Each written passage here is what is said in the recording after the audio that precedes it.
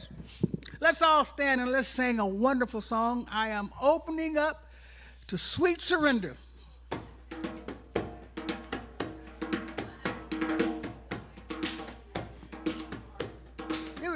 I am opening up in sweet surrender to the luminous love light of the one. I am opening up in sweet surrender to the luminous love light of the one. I am opening up in sweet surrender to the luminous love light of the one. I am opening up in sweet surrender to the luminous love light of the one. I am opening, I am opening, I am opening, I am opening, I am opening up in sweet surrender to the luminous love light of the one. I am opening up in sweet surrender to the luminous love light of the one. I am opening up in sweet surrender to the luminous love light of the one. I am opening up in sweet surrender to the luminous love light of the one. I am opening, I am opening, I am opening. Let's do it one more time. I am opening, well, I am opening, I am opening, I am opening.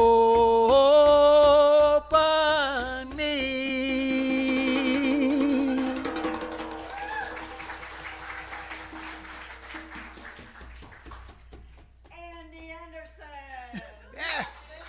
Yes.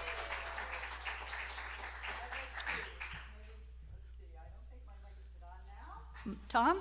Yes, there we are. I wasn't open. Now I am. Good morning, everybody. Happy spring. We live in such a beautiful place, don't we?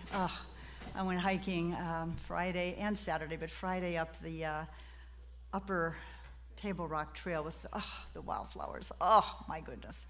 So welcome, everybody, to Center for Spiritual Living Rogue Valley in partnership with Medford Unity.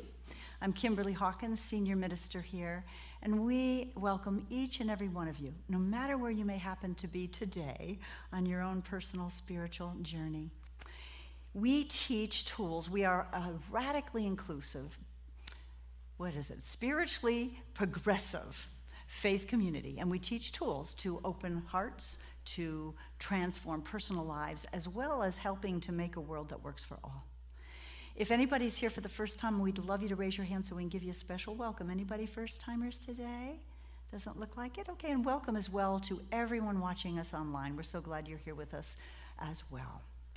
A couple introductions to make. You have met, maybe before, Andy Anderson, Reverend Andy Anderson, our beautiful musician.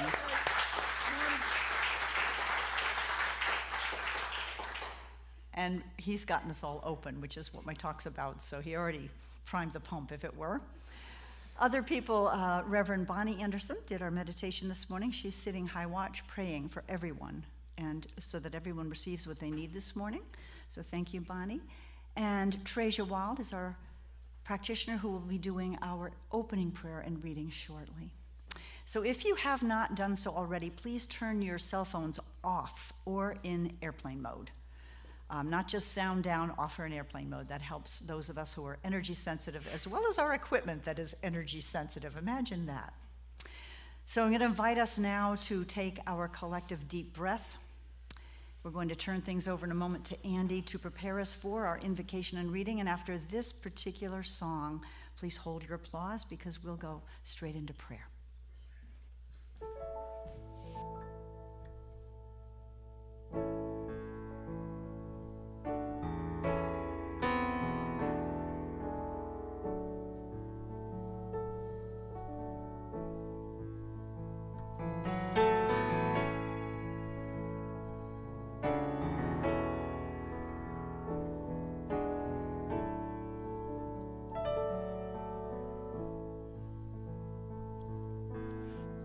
the morning sun, knowing I am one with all of creation.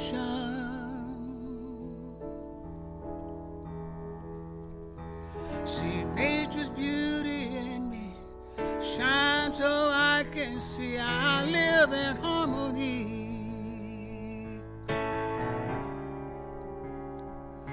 And I'm so grateful for all that I am.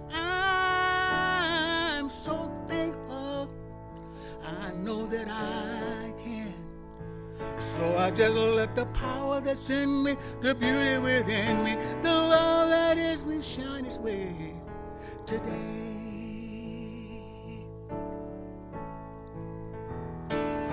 I see the flowers and the trees all blowing in the breeze, moving as one.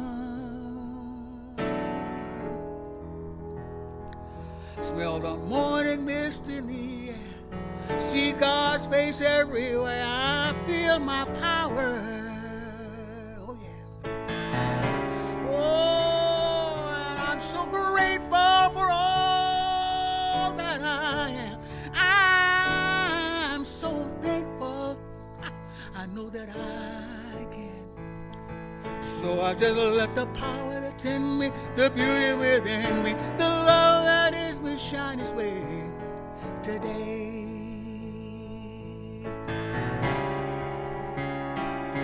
See, I'm open every day, excited to see myself in a brand new way. Yeah. I know I can be, I know I can have the universe, let's say that's all up to me.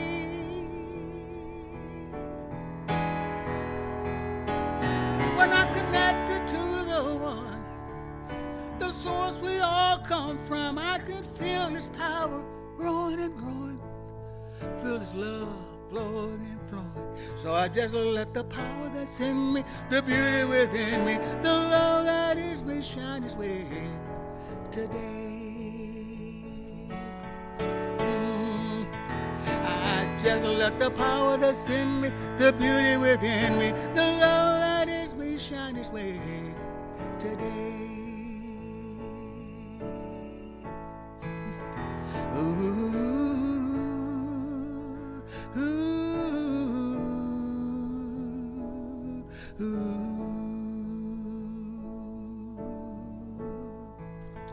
ooh, ooh.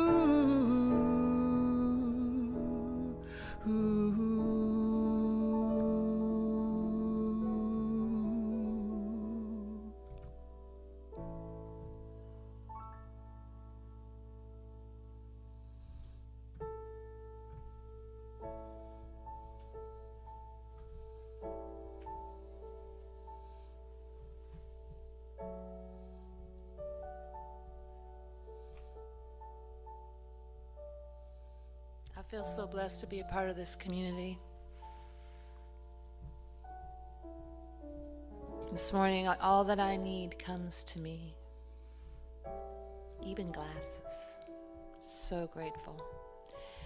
Today is Unity Sunday. I'll be sharing a reading from the Daily Word for healing. And just in case you didn't know, I love this. God is in charge. In spite of what is happening around me or to me, I affirm that all is in divine order, and that order will prevail because God is in charge. God is the master creator of everything and everyone, every person and animal, every star and planet in the universe. And God is in charge of it all. When events in my life seem to be taking me in a direction that I do not want to go, or I am feeling as if I am not as healthy or peace-filled as I would like to be, I remember God's promise. Know that I am with you and will keep you wherever you go. That's in Genesis 28:15. God is with me now and forever. I may not understand why I am experiencing a particular challenge. However, I do know that God has a greater plan that brings order to my life. Through every moment of my life, God is in charge. The assurance of God's presence and care brings me peace of mind. Let's take a breath.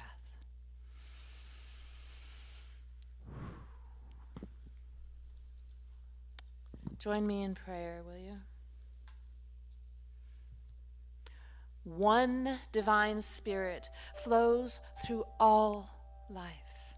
Every moment is alive with possibility.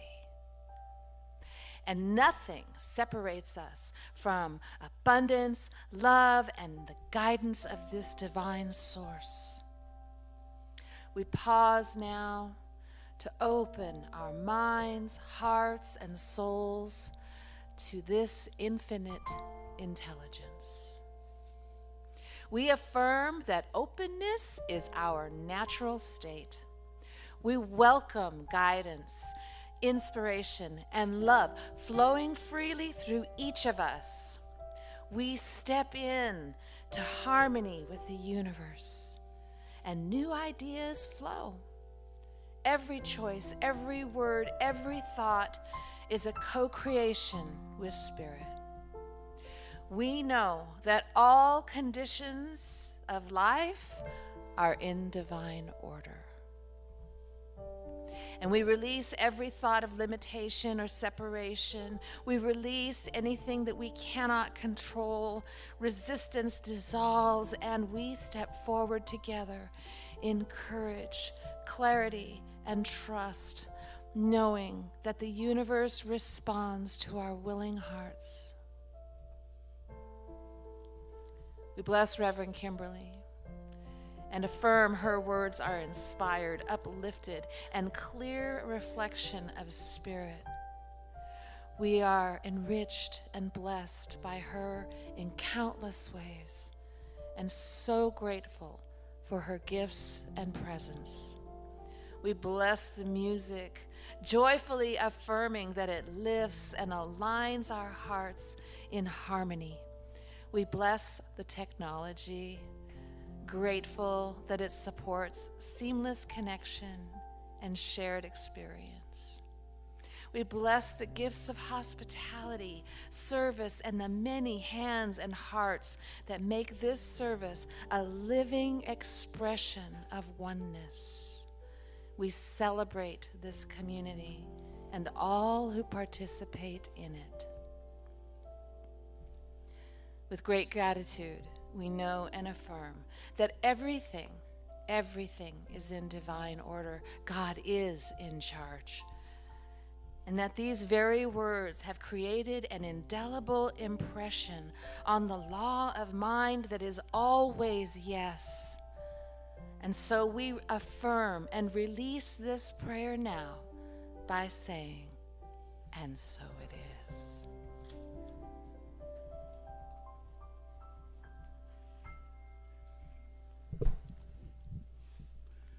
Everyone say it with me. I am open.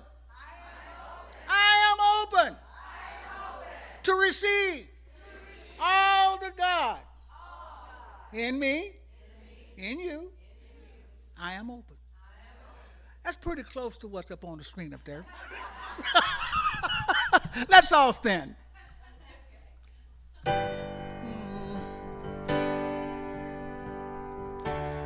I like that key.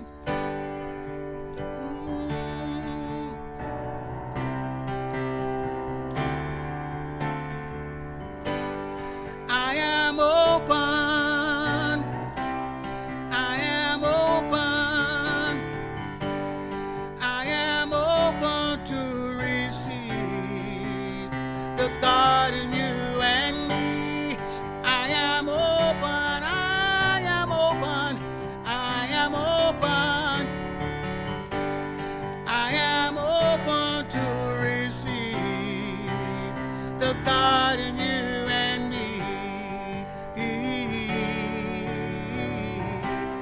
someone and say, you are open. You are open. You are open. You are open. You are open to receive the God in you and me. You are open. You are open. You are open.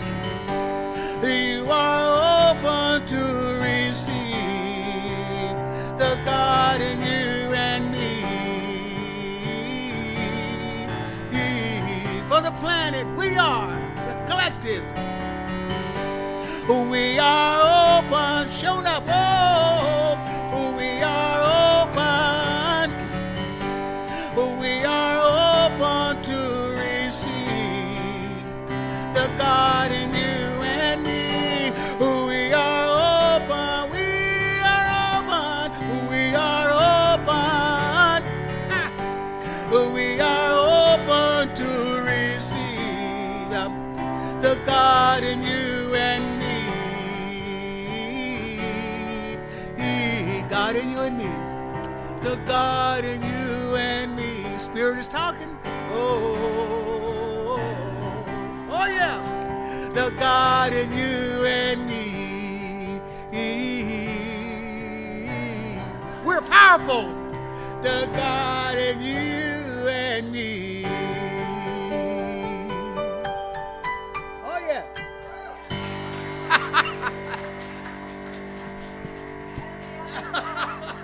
Some powerful song, man. I think God was winking back. Oh, my goodness, my goodness, my goodness. You know, I have a message this morning for you that I think is fairly simple. Sometimes simple is profound, yes? So we'll hope for that. But the world seems so complicated right now. There is so much swirling around us that is complex and complicated. And I don't really need to name it all. I think you know what I'm talking about, but just to name a few things: division, hatred, lies, war. And so I'd like to offer what I consider maybe a survival kit, or I'd rather call it a thrival kit. How do we thrive? How do we thrive? Because we hold both, as I spoke about, I guess it was last week, we hold both the devastation that's going on and the craziness, but also the beauty, the harmony, the upliftment. It's both going on at the same time. Our theme in Centers for Spiritual Living for the year is open at the top, which basically, Ernest Holmes, our founder, meant that we don't have a fixed dogma that we know that we teach that's rigid, that's never going to change, because humans are always learning more through the sciences, through the arts, through life. And so we're open to new information and new ideas and new beliefs. In our foundations class, which is going on right now, we're about halfway through, we start each day after we pray in and do a check-in. The students choose to declare how open are they. So on one end of the scale, on a scale of 1 to 10, it's, I have fixed ideas, I'm pretty sure about them, and I'm not particularly open to changing them. And on the other end is, I am wide open and curious, and I am willing to change my beliefs in things that no longer serve me or things that I realize are false.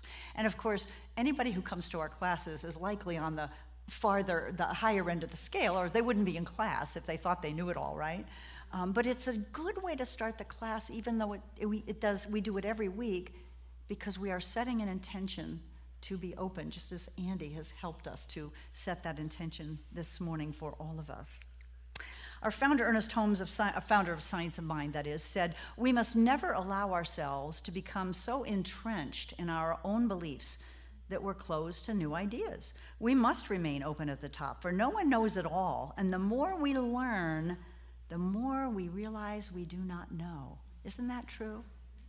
When I read that this week again, it reminded me of a little joke I heard about a man who, when he was 15, said, I couldn't believe how stupid my parents were. And then when he turned 25, he couldn't believe how much they'd learned in 10 years. Who had changed, one wonders, right? ancient philosophers, Persians, Greeks, talked about different areas of knowing. So there are 4 different areas. You've probably heard of these. There are things that we know we know. And some of those we do know that we know. We just know in our hearts, right? Some of them we know that we know, and maybe we don't, but anyway. The second is that we know that we don't know. Things we know that we don't know. There are a lot of things I know that I don't know. When it comes to technology, I am not your gal. There are things we don't know that we know. In other words, automatic things that are subconscious habits that we know how to do, but we're not really aware of.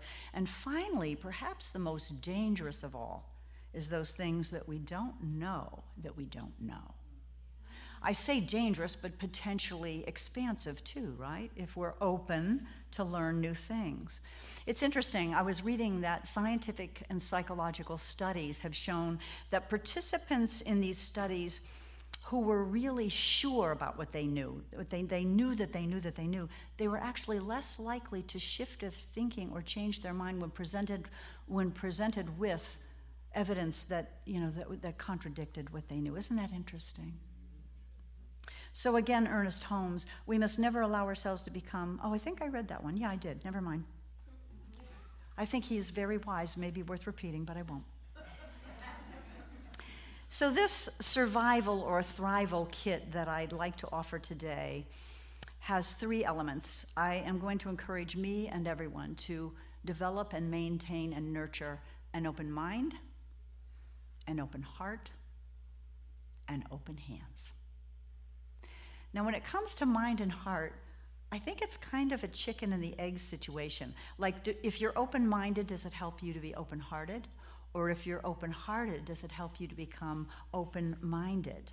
The Dalai Lama said an open heart is an open mind, making us think that maybe, I don't know, which came first. Byron Katie, the beautiful, beautiful enlightened being and author, said, until the mind is open, the heart stays closed. The open mind is the key to the open heart. I don't think it much matters. Paul said, be ye transformed by the renewing of your mind. Jesus, the master teacher, over and over and over again talked about how important the heart is. Love the Lord your God with all your heart. Love your neighbor as yourself. Love each other as I have loved you. He just emphasized again and again. And really, love is what we came to be, right? If I've always said in classes, if I had to choose one word to describe the divine, one quality, it'd be love. Infinite, unconditional, absolute love. So there's nothing more important, I don't think, than having an open heart. I had, as always happens, what I think is a good illustration of someone who practiced this week. I was speaking with her, and she said, she told me this story. Her son works for the Department of War. And it was recently announced to all the employees there that Pete Hegsmith, our, what is he?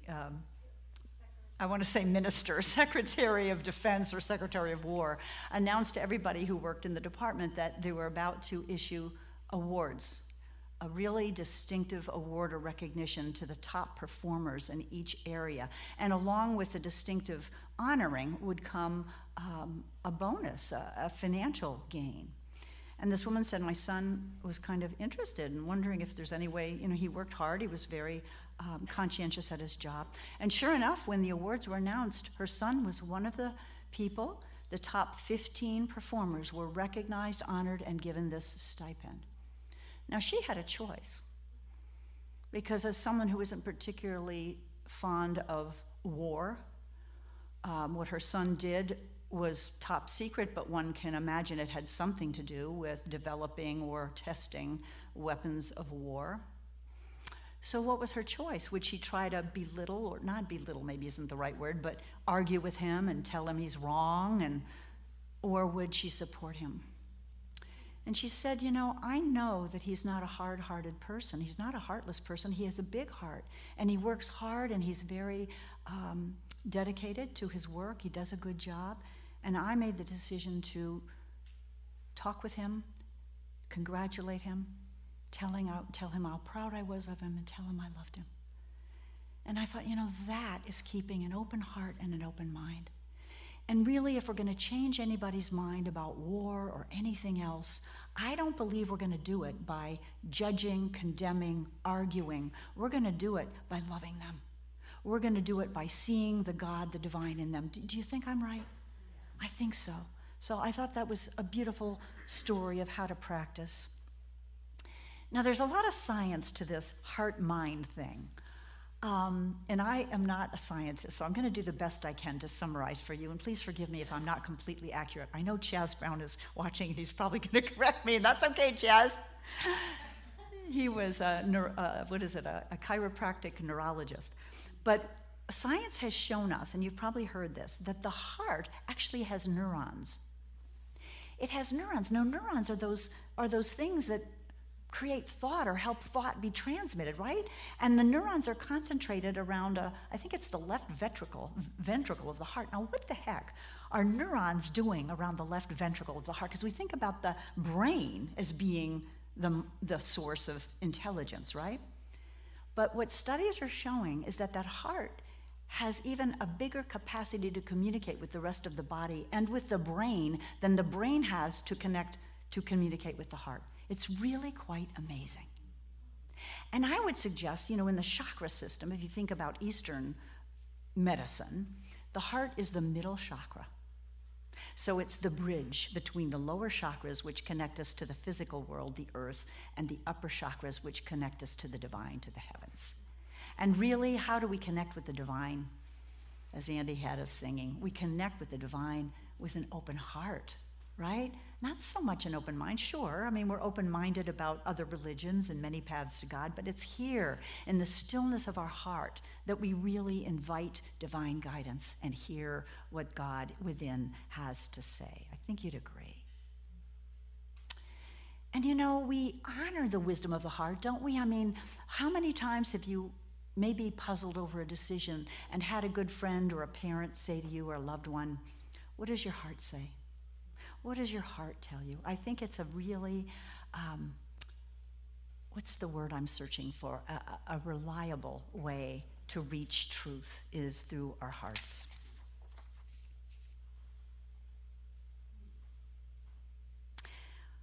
And I just honor once again the person whose story I told you earlier, because that dilemma, that political divide is so rampant right now, is it not?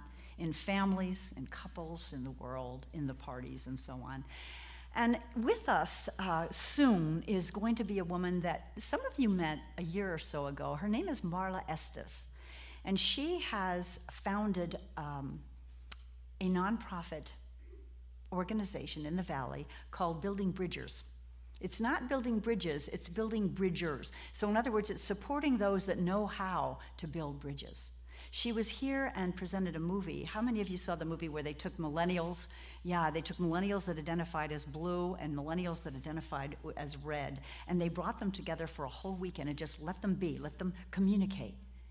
And at the end of the weekend, lifelong friendships were formed because they simply greeted each other, listened to each other with an open heart, with an open mind. Now, I don't know that any of them switched political parties or views, but they certainly switched how they viewed somebody that had different opinions. By the way, Marla will be here again. I'm leaving for Spain on the 21st of April with Vivian, and thank you to all of you who supported her when she retired with a gift so that she could afford this trip, and I'm going to go with her. Marla will be speaking that first Sunday I'm away. I think it's the last Sunday in April. And I'm sure she'll have a beautiful, beautiful message. So please, try to be here if you're able to. Last week, Reverend Stephanie read a poem by Rumi, which I'm going to repeat again because I think it's so beautiful on this subject of open-mindedness. Out beyond ideas of wrongdoing and right doing, there's a field. I'll meet you there. When the soul lies down in that grass, the world is too full to talk about. Ideas, language, even the phrase each other doesn't make sense. So again, when we have an open heart and an open mind, we're in touch with one of our core principles we teach in both unity and in religious science, which is oneness. If there's only God and we're all made of God, we're one with it and one with each other. But boy, it's easy to forget in this complicated, complex world that that's the truth. Yes? So 2 more things I want to say about open-mindedness, and then we'll move on to open-handedness. This idea of neuroplasticity. You know, we know when we think different thoughts, when we do different things, when we switch up what we're doing, we create new neural pathways in the brain, which makes us smarter, which makes us more resilient. So again, just from a physical standpoint, being open-minded is very, very useful. On our board of directors for the center, when we take a vote, we practice what's called consensus voting. In other words, we don't pass anything unless every single board member agrees. Now that sounds like a tough process, right? But it isn't, and it's beautiful because if, let's say, just one person isn't on board, what happens is we listen to that person with respect, and very often there's an amendment that has to happen, or maybe a whole new idea that's going to happen because that one person is thinking about something the rest of us aren't. But it's a beautiful thing because we remain open-hearted and open-minded to the rest of the board. And I have never had this fail, where when something like that happened, it didn't end up that we decided something even better than what the majority would have originally decided. It's pretty darn cool. Now, open-handedness, one might say, is the outward expression of having an open heart and an open mind. It's what we do with that state of being. And I'm thinking of, our affirmation that we say when we do our offertory each week. It's from Luke. The passage was, give and it shall be given to you, full measure, pressed down and running over. And it also says in Luke, the measure with which you give is the measure which you will be given back to. So it's that law of circulation. So open-handed to me means both lending a hand to others and also being willing to receive help, being able to receive. We have a harder time sometimes receiving than giving. Anybody resonate with that? Isn't it odd? It's odd, isn't it? Because if we won't receive, we deprive the other person of the pleasure, of the blessing of giving. So open-handedness. It is interesting to me as a former counselor, as a former therapist, that very typically when someone is depressed, one of the best homework assignments you can give them is what? Go out and help somebody else, because it lifts our spirit.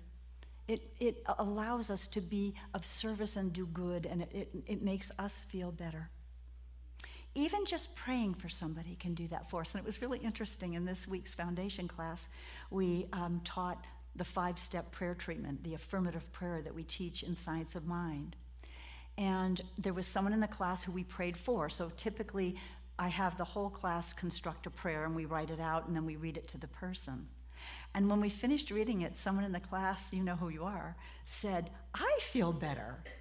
And I said, yeah, that's what prayer does. When practitioners pray for you, what they're treating, spiritual mind treatment treats their mind to know the spiritual truth. So typically we say, people come up to us after service or in a session and want prayer for something we need prayer for. And when you pray, you're lifting your sight up to the spiritual truth, and you're helping both of you. We do feel better. So praying for people is one way we can certainly be open-handed. I wanted to read to you a prayer I came across. I can't remember where this week, but you know how things always come to me when I need them. It's called Shantideva Prayer, and it was written by an 8th century Buddhist monk who said, "May I become at all times, both now and forever, a protector for those without protection, a guide for those who have lost their way, a ship for those with oceans to cross, a bridge for those with rivers to ford, a sanctuary for those in danger, a lamp for those without light, a place of refuge for those who lack shelter, and a servant to all in need." I thought that was beautiful.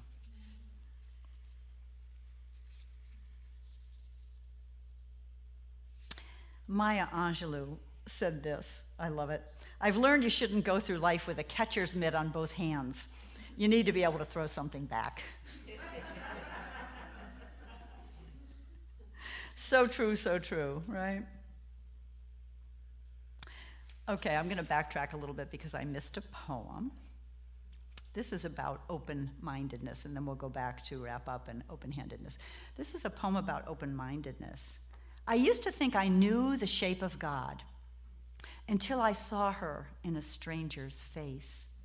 I used to think I knew the edge of the sky until the night revealed a deeper space. Now I hold my knowing like a lantern, bright enough to walk but not to blind, for every certainty I thought was final was just a door I hadn't stepped behind. Beautiful reminder.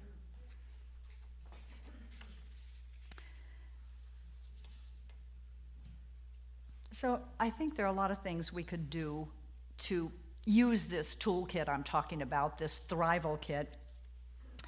One, it's important, I think, and we all know this, every day to appreciate the positive things.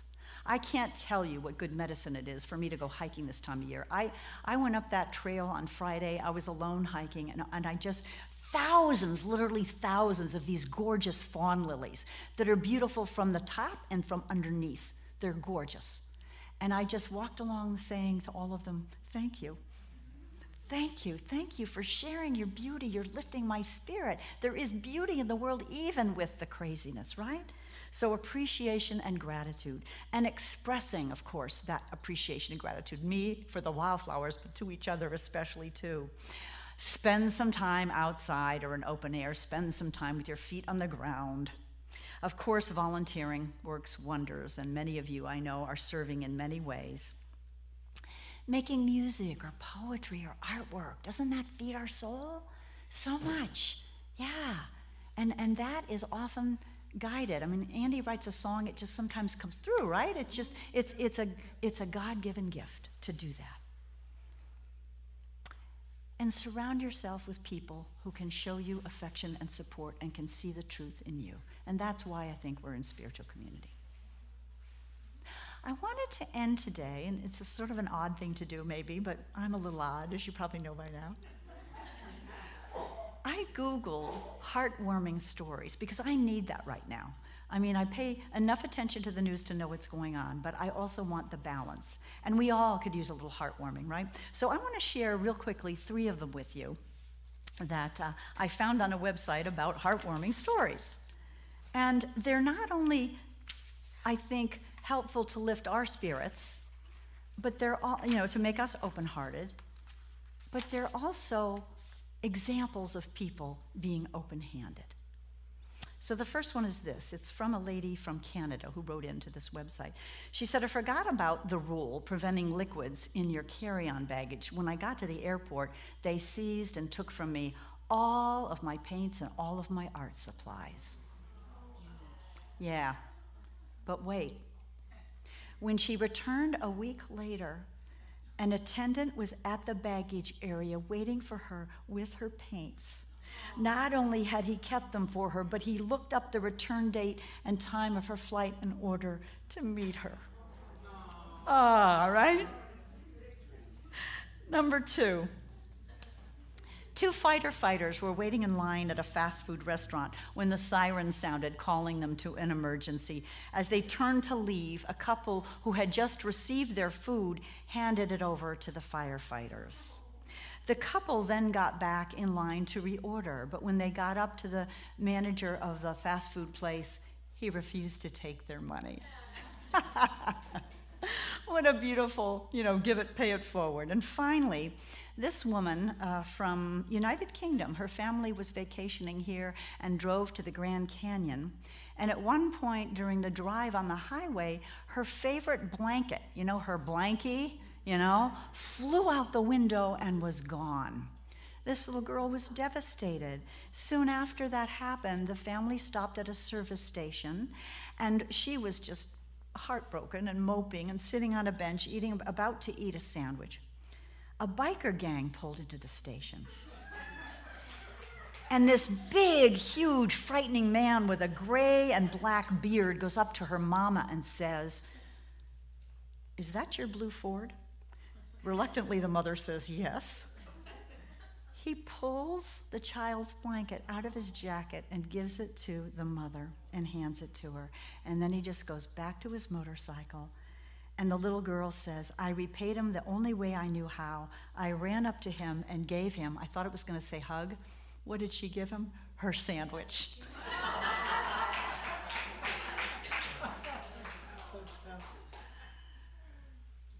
So let's remember this week, in all of the chaos and all of the craziness, we can hold an open heart, an open mind, open hands.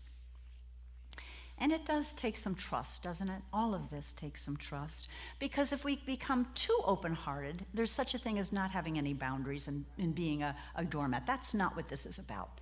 This is about seeing the good in people, maintaining your boundaries, but being willing to be love in the world. And we don't want to be open-minded so much that we just believe any old thing. I mean, gosh knows there are a lot of scams going on right now. I know a couple seniors who have been taken or almost taken. It happens. You know, we want to believe the best in people. We want to believe good as possible. So there's a measure here. It takes some trust. It takes some discernment. But these are 3 openings that I think are acts of trust. The open heart, which says, "I will risk being moved." The open mind, which says, "I'll risk being changed." And the open hand, which says, "I'll risk being emptied so that I may be filled again," which is what happened. You know, it's what happened in those 3 stories. I want to read you one more story simply because it illustrates a different aspect of what I've been talking about here. And you'll see what I mean. This idea of not being closed to receiving, so being open-handed to receive as well as to give. This is a woman from Maryland. She was a young woman. She was in a consignment shop, and she saw a dress which she knew her grandmother would love. But she was tight on money, so she asked the storekeeper if she would be willing to hold it for her. Now, there's another woman in the shop looking around who overhears this conversation and says to the young woman, "May I purchase that dress for you?" And the young woman says, literally, "Oh, thank you, but I can't accept such a gracious gift." Really? I can't accept such a... What is it? Why do we do that? Anyway, then she told her, the other lady who wanted to buy the dress told her why it was so important for her to be able to help the younger woman. She'd been homeless for 3 years, and had it not been for the kindness of strangers, she would not have been able to survive. "I'm no longer homeless. My situation's improved," she said. "I promised myself I would repay the kindness so many had shown to me." She paid for the dress, and the only payment she would accept in return was this time a heartfelt hug. So I think this practice, open hearts, open minds, open hands, are giving ourselves a heartfelt hug. They're giving God and the world a heartfelt hug. And God knows, don't we need that right now? So thank you for listening to my simple thrival kit. Let's go into prayer. Once again, as we start to pray, we go upstairs, we look up, and we might say we look within, we look around, we look everywhere we see, everywhere we can be. We know there's one power, one presence, one source of all that is. We call it God, Spirit, the living Spirit Almighty, infinite intelligence, love intelligence. It goes by so many names. We know that it's everywhere, always, that divine order is, as Treasure so beautifully read about, is always unfolding, always, even when we can't see it, even when it looks messy, chaotic, hurtful. God is not absent. Good love is never absent. So we know it as order, as freedom, as beauty, as peace, that peace that passeth all understanding. And we know that each of us is made from God stuff. There's nothing else to be made from. So at our core, we are that love, wanting to burst forth to serve others, to love others, and to accept love in return, to maintain an open heart, to be willing to listen, to be willing to shift our perspectives. We are love in action. That's what we were designed to be. That's what we are, whether we realize it or not. And that's true for each one we see, whether they're acting like love or not. Can't be separate, cannot be separate from the good that God is. And so this week and going forward, as we move into the Easter season, the revival, the renewal, the transformation that each of us can experience in our own hearts, I know that we keep in mind, keep a good heart, a song that Anton and Laura wrote, keep a good heart, guard our hearts, the Bible tells us. And I don't think that means guard them in this way. It means tend to them, nurture them, open them, let them blossom. Let us do that this week and going forward. Let us be able to listen to somebody who has a different opinion and not judge, not argue, not condemn. Rather, let us love. Let us share love, compliments, appreciation, and let us be so aware of all the good that persists among the darkness.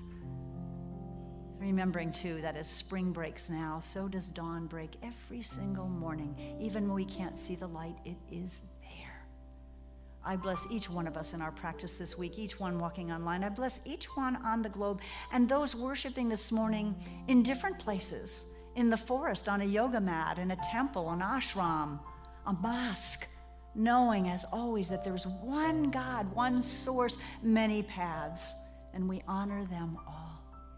In great gratitude for the opportunity to speak these simple words this morning, in great gratitude for each one here, in great gratitude for our new thought teachings, both unity and science of mind, that really do offer us a thrival kit if we want to use it. I release this word now into that law which has one answer, beloveds. Yes, it is done, and we say together, so it is. Amen.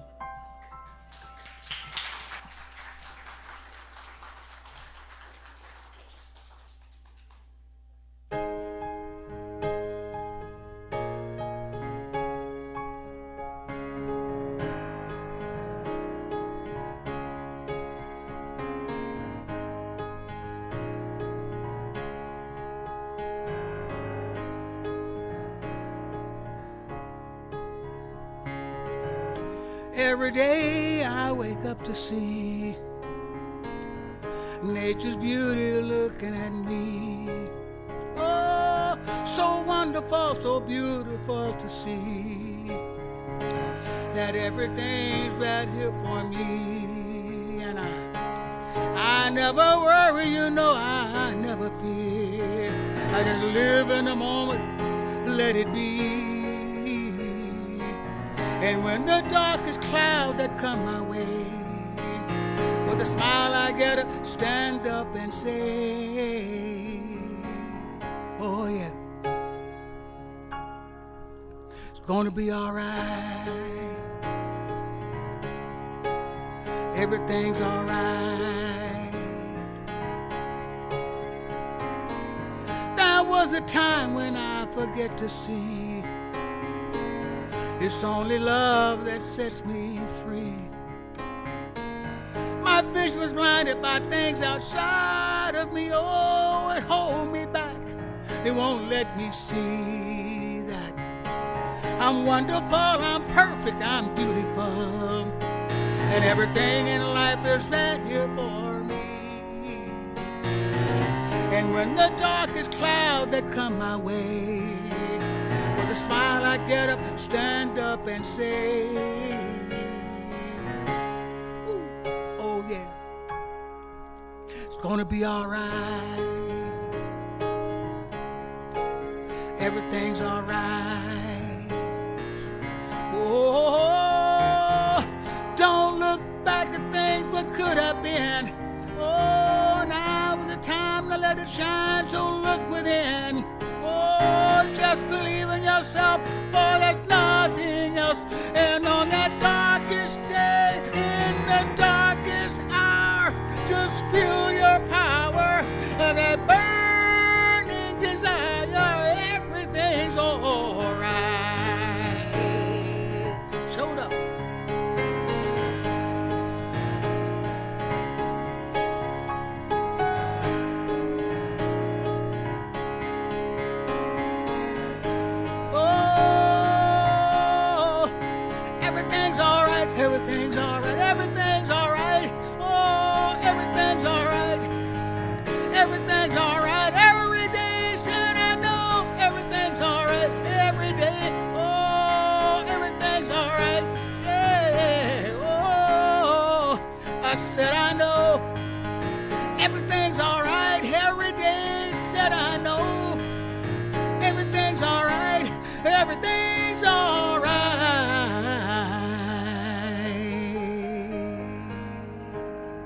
Sure enough.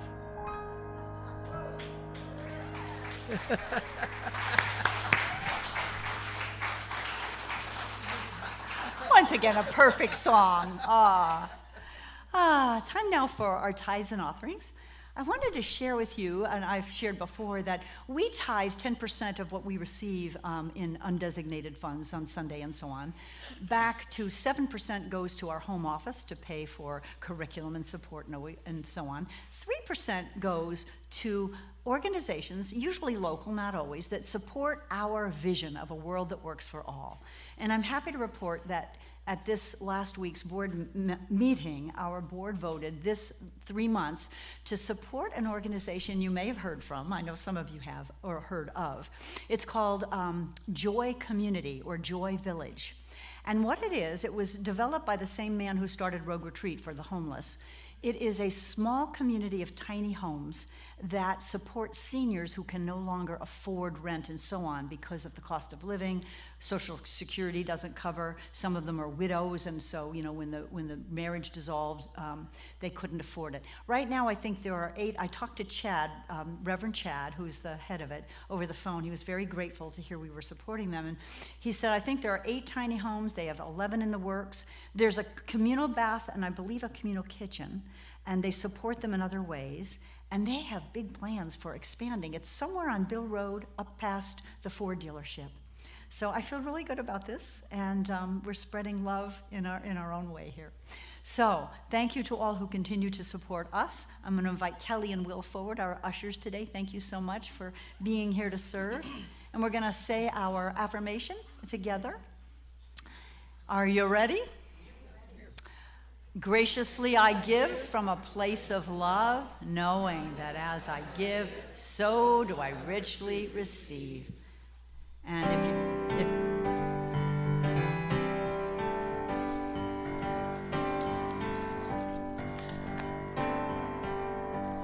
I am prosperous. I have everything I need. I am prosperous. I have everything I need. I am prosperous. I have everything I need. I am prosperous. I am prosperous. Oh, we are prosperous. We have everything we need. We are prosperous. We have everything we need. We are prosperous. We have everything we need. We are prosperous. We are prosperous. We are prosperous.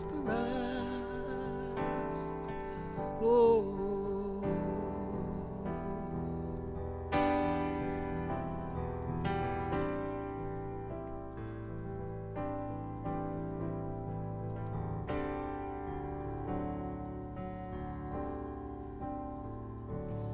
We are prosperous. thank you, Andy and everybody. As always, lots going on. Trasia's here to tell us about it. Hello again. Oop, let me get the right thing here. All right, here we go.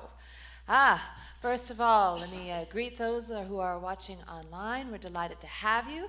Everyone who's here in person, please come and join us after the service in Bosworth Hall for food and fellowship. I hear there's corned beef. While you're there, please, if you're sign up for your name tag, if you don't have one yet, there's a sign-up sheet near the back door. Drumming circle will be here in the sanctuary after service today. Thank you, Will. There will be, look who's here. She's going to tell us all about it. This is Kathy Green. She's got something exciting going on. I'm short. After drumming circle at 1 o'clock, we're going to have an hour and a half get together to explore the tools that I've used, some of the many tools I've used to get rid of that angry 20-year-old I used to be, and leading into Radical Forgiveness Workshop, which is next Saturday. So stay 1 o'clock to 2:30 today to see healing is a lifetime journey. We spend the first half collecting things to heal, and the second half is up to us to do something about it or not.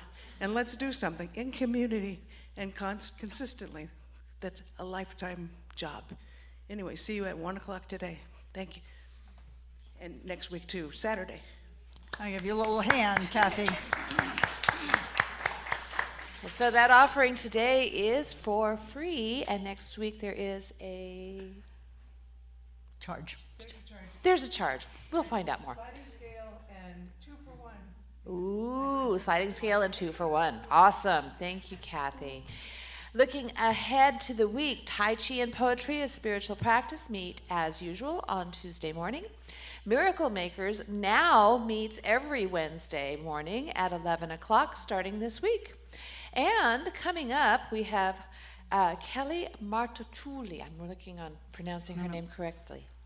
Come on up, Kelly. She's got something exciting to share. Wow, I get to come up here. I was just going to do it from my seat. Hi, everybody. I'm Kelly. So, in alignment with Reverend Kimberly's messaging about staying open and learning new things, next week after service around 12:30, I'll give a short presentation on how to use your technology, your cell phone and your Wi-Fi in your home, how to manage it better so you have better health. The title of our talk is Healthy Living with Safe Technology, and I have a lot of experience in this topic, and I'd love to share it with you next week, 12:30 in the Fellowship Hall. Thanks. Thank you, Kelly. Such a timely topic. Thank you, Kelly.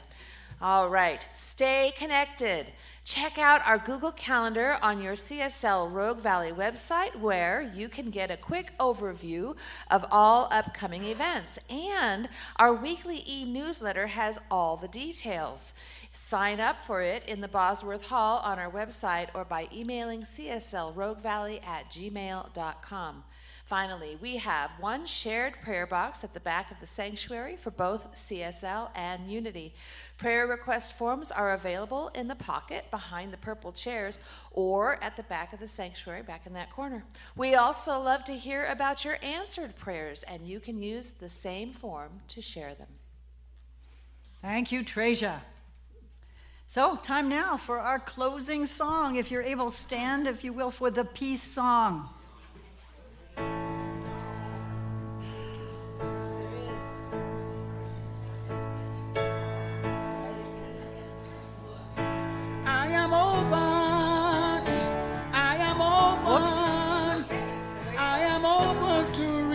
We'll do that too.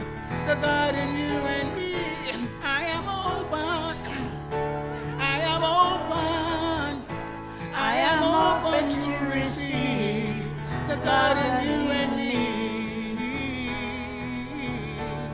You are open. You are open. You are open to receive the God in you and me. You are open. You are open to receive the God in you and me. The God in you and me. The God in you and me. Andy, would you do the peace song too, please, quickly? Thank you. We're not done yet. Thank you.